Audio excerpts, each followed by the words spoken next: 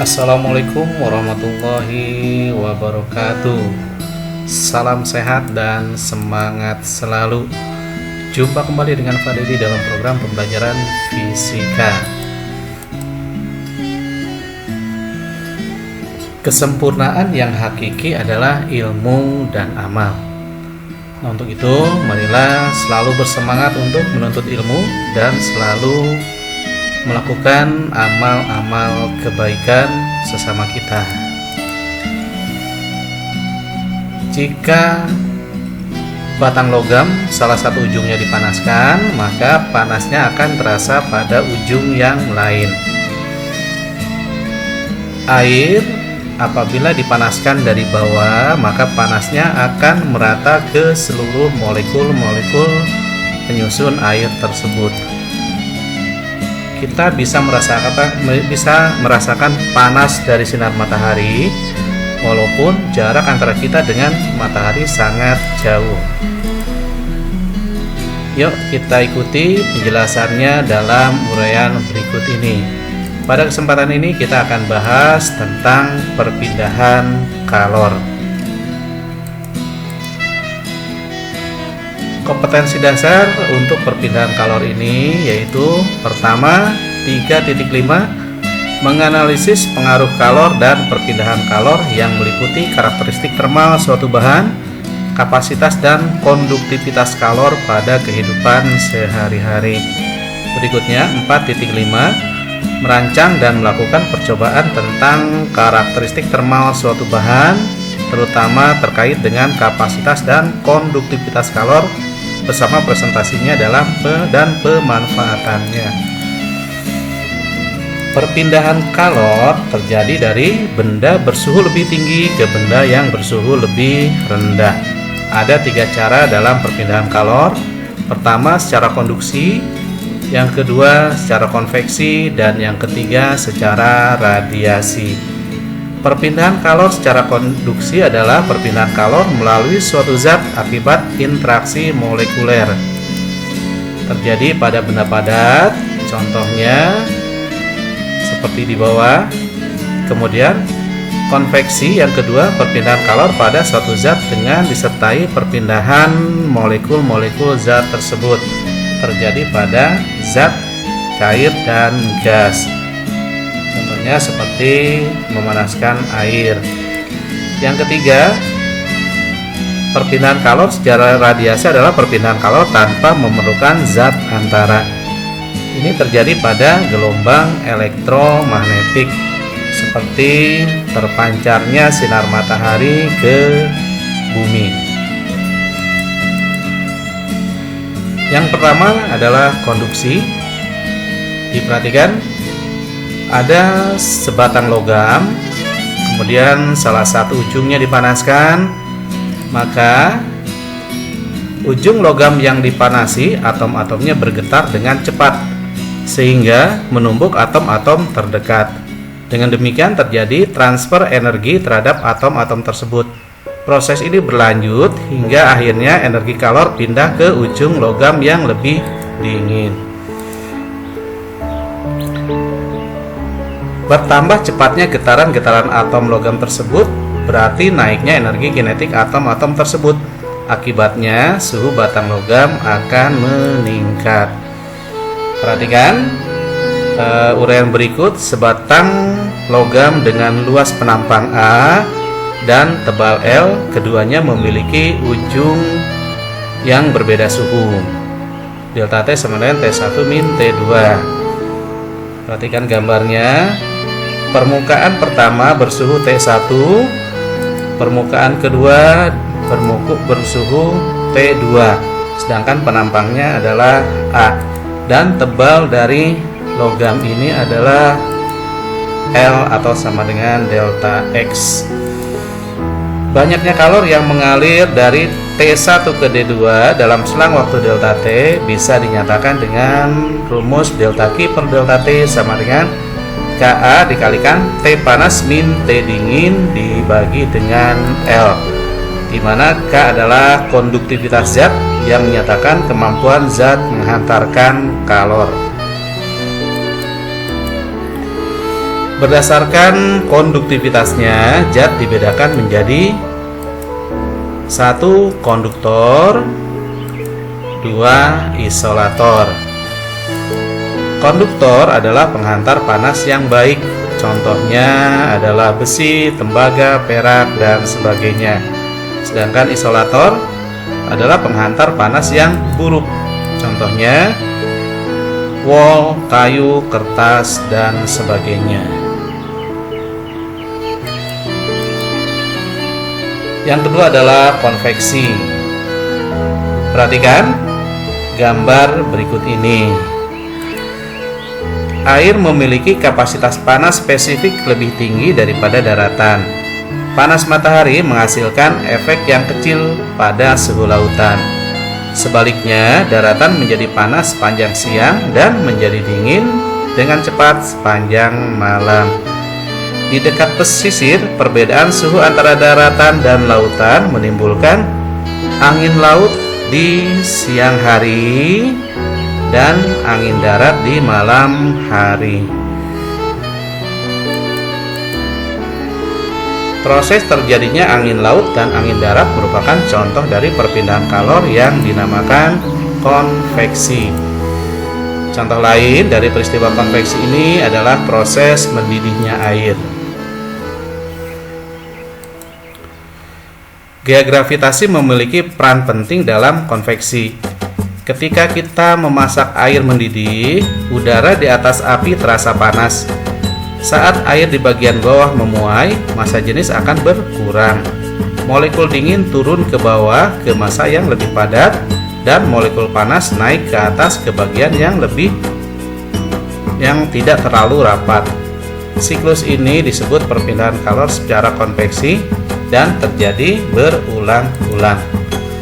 Banyaknya kalor yang dipindahkan dalam selang waktu delta T dalam suatu fluida dengan luas permukaan benda yang bersentuhan dengan fluida adalah A, dengan selisih suhu antara fluida dengan benda delta T, maka dapat dituliskan dalam bentuk rumus delta Q per delta T sama dengan H dikali A dikali delta T, di mana H adalah koefisien konveksi. Yang ketiga adalah radiasi. Radiasi adalah perpindahan kalor tanpa medium atau tanpa zat antara. Perpindahan ini merujuk pada perpindahan panas dalam gelombang elektromagnetik dikarenakan tidak adanya penghantar. Contohnya, terpancarnya sinar matahari ke permukaan bumi. Ketika kamu merasakan panas tanpa adanya kontak fisik dengan benda tersebut, ini dikarenakan terjadinya radiasi. Perpindahan radiasi memiliki kecepatan yang paling cepat dibanding dengan konduksi dan konveksi.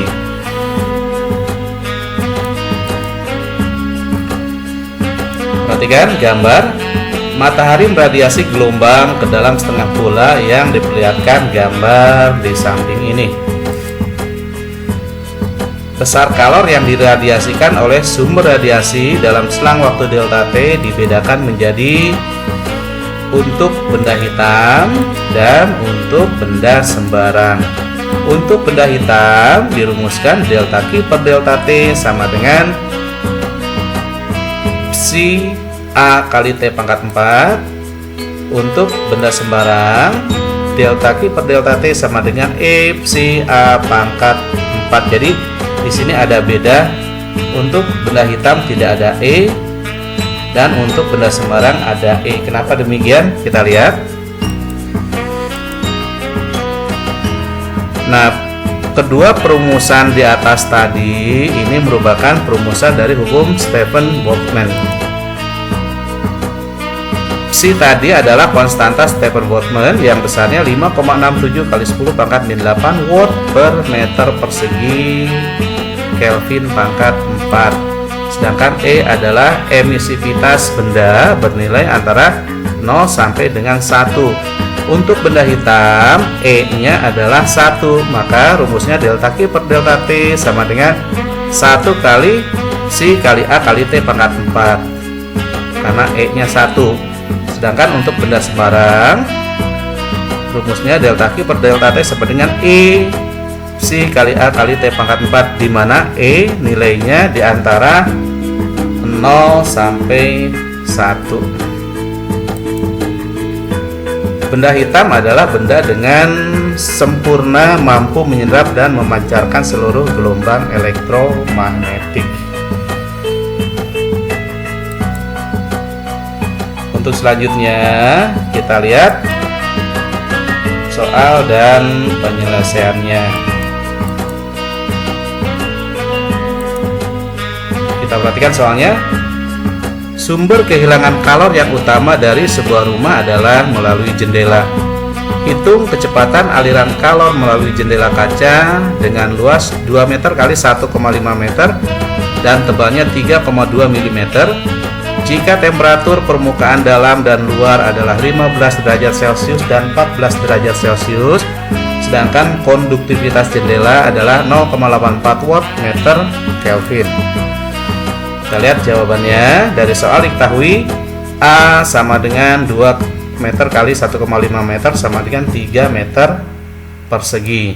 Sedangkan L 3,2 kali 10 pangkat min 3 meter.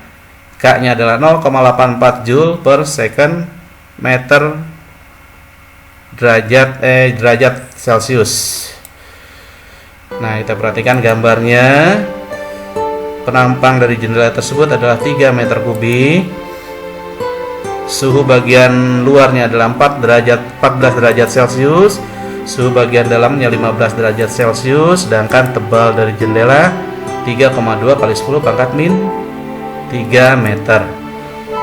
Nah, untuk menjawab soal di atas kita gunakan rumus delta Q per delta T sama dengan K kali A dikalikan T1 min T2 per L. Delta Q per delta T sama dengan 0,84. Itu K-nya, A-nya 3, T1-nya 15, T2-nya 14 dibagi dengan L 3,2 kali 10 pangkat min 3. Sehingga kita dapatkan delta Q per delta T sama dengan 787,5 Joule per second. Yang kedua, sebuah teko teh keramik yang E-nya 0,7 dan yang mengkilat 0,10 masing-masing berisi 0,7 kg air teh pada suhu 95 derajat Celcius. Anggap teko sama dengan kubus dengan luas permukaan sekitar 5 kali 10 pangkat min 2 meter persegi. A. Perkirakan kecepatan kehilangan kalor masing-masing. B. Perkirakan penurunan suhu setelah 30 menit untuk masing-masing. Hanya perhitungan radiasi dan anggap suhu lingkungan 20 derajat Celcius dan kalor jenis teh 4190 Joule per kilogram derajat Celcius. Kita lihat jawabannya. Yang A, kecepatan kehilangan kalor sebesar delta Q per delta T sama dengan E kali psi kali A dikalikan T1 pangkat 4 min T2 pangkat 4. E sama dengan 5,67 kali 10 pangkat min 8 dikalikan 5 kali 10 pangkat min 2 dikali 5 plus 273 pangkat 4 dikurang 20 plus 27 pangkat 4. Hasilnya adalah E sama dengan 30, hasilnya sama dengan E 30 Joule second. Delta Q per delta T teko keramik sama dengan 0,7 kali 30 sama dengan 21 Joule per second. Jadi kecepatan kehilangan kalornya sebesar 21 Joule per second.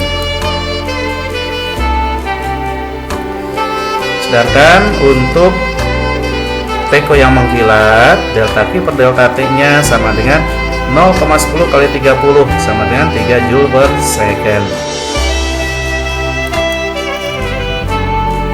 Yang B adalah penurunan suhu. Nah, untuk penurunan suhu kita gunakan rumus delta Q per delta T sama dengan MC delta T besar per delta T kecil. Delta Q delta T per delta T besar per delta T kecil sama dengan delta Q per delta T per MC.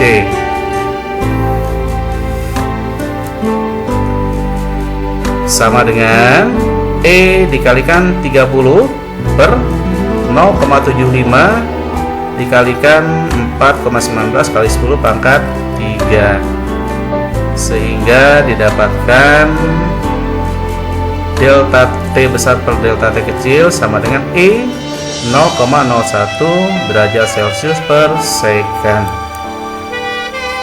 Nah, dalam waktu 30 menit atau 1800 second, penurunan suhu untuk teko keramik sekitar 12 derajat Celcius. Nah, sedangkan untuk teko mengkilat sebesar atau sekitar 2 derajat Celcius. Itulah contoh soal, semoga bisa lebih memahami pembahasan tentang perpindahan kalor. Nah, untuk selanjutnya kita lihat soal-soal yang harus kalian gunakan, harus kalian kerjakan untuk lebih memahami bab tentang perpindahan kalor ini. Soal yang pertama, jendela yang terbuat dari kaca dengan panjang 150 cm, lebar 50 cm, dan tebal 8,6 mm digunakan sebagai pembatas ruangan yang memiliki perbedaan suhu 10 derajat Celcius. Jika koefisien hantaran kaca adalah 1,72 Joule per meter second 0 derajat Celcius, tentukan banyaknya panas per second yang mengalir melalui kaca. Yang kedua, dua buah logam A dan B berlainan jenis memiliki ukuran yang sama. Keduanya disambung satu sama lain pada salah satu ujungnya. Jika suhu ujung bebas logam A dan logam B berturut-turut 220 derajat Celcius dan 40 derajat Celcius, serta koefisien konduksi kalor logam A setengah koefisien konduksi kalor logam B, berapakah suhu pada persambungan kedua logam tersebut? 3. Suhu kulit seseorang kira-kira 32 derajat Celcius. Jika luas permukaan tubuh orang tersebut kira-kira 1,6 meter persegi, berapakah kalor yang dilepas tubuh orang itu melalui konveksi selama 5 menit jika H sama dengan 7 watt per meter kubik Kelvin? Soal nomor 4. Suatu benda hitam pada suhu 27 derajat Celcius memancarkan energi Rj per second. Jika benda tersebut dipanaskan sampai 327 derajat Celcius, maka energi yang dipancarkan menjadi titik-titik Joule per second. Emisivitas benda A sama dengan sepertiga kali emisivitas benda B, dan suhu benda A 3 kali suhu benda B. Tentukan perbandingan energi kalor yang dipancarkan per second tiap satuan luas benda A dan B. Demikianlah soal-soal yang harus kalian kerjakan secara mandiri. Semoga apa yang sudah kita bahas bisa kalian pahami, kalian bisa menyelesaikan soal-soalnya dan bisa menerapkan dalam kehidupan sehari-hari.